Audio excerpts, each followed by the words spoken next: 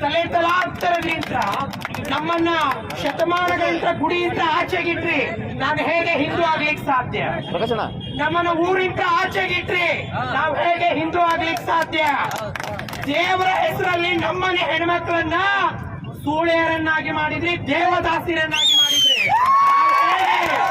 ನಾವು ಹೇಗೆ ಹಿಂದೂಗಳಾಗ್ಲಿಕ್ಕೆ ಸಾಧ್ಯ?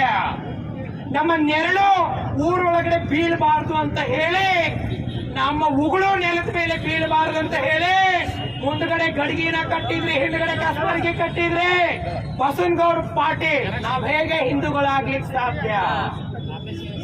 ನಾವು ಯಾವ ರಾಜಕೀಯ ಅಧಿಕಾರದಲ್ಲೂ ಇರಬಾರ್ದು, ಯಾವ ಹಕ್ಕುಗಳನ್ನು ಕೇಳಬಾರ್ದು, ಯಾವ ಡಿಸಿಷನ್ ಮೇಕಿಂಗ್ ಪ್ಲೇಸ್ ಗಳಲ್ಲಿ ಇರಬಾರ್ದು ಅಂತಂದು ಹೇಳಿ ಶತಮಾನಗಳಿಂದ ನಮ್ಮನ್ನು ತುಳಿತಾ ಬಂದ್ರಲ್ಲ, ನಾವು ಹೇಗೆ ಹಿಂದೂಗಳಾಗ್ಲಿಕ್ಕೆ ಸಾಧ್ಯ ಹೇಳಿ?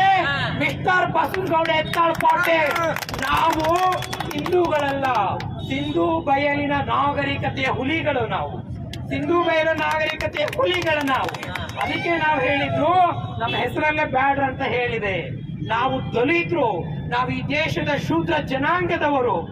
ಯಾವ ಸಂಸ್ಕೃತವನ್ನ ಕಲಿತ್ರ ನಾಲ್ಗಿನ ಕೊಯ್ರಿ ಅಂತ ಹೇಳಿದ್ರಿ, ಯಾವ ಸಂಸ್ಕೃತ ಶ್ಲೋಕಗಳನ್ನ ಕೇಳಿದ್ರೆ ಕಿವಿಯಲ್ಲಿ ಕಾದ ಸೀಸವನ್ನ ಹೊಯ್ರಿ ಅಂತ ಹೇಳಿದ್ರಲ್ಲ, ಅವಾಗೆ ಆ ಮಾತುಗಳಿಗೆ ಈಗೇನು ಉತ್ತರ ಕೊಡ್ತೀರಿ ನೀವು?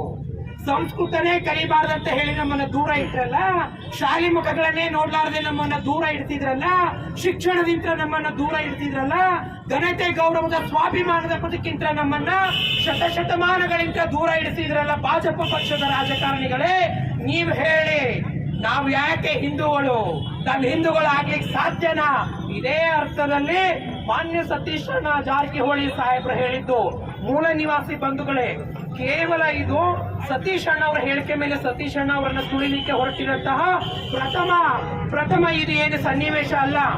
ಜಾರಕಿಹೊಳಿ ಕುಟುಂಬವನ್ನ ರಾಜಕೀಯವಾಗಿ ಬಲಹೀನರನ್ನಾಗಿ ಮಾಡಬೇಕಂತ ಹೇಳಿ ಸಂಘ ಪರಿವಾರ ರೂಪಿಸಿರ್ತಕ್ಕಂಥದ್ದು ದೊಡ್ಡ ಸಂಚು ಇದು.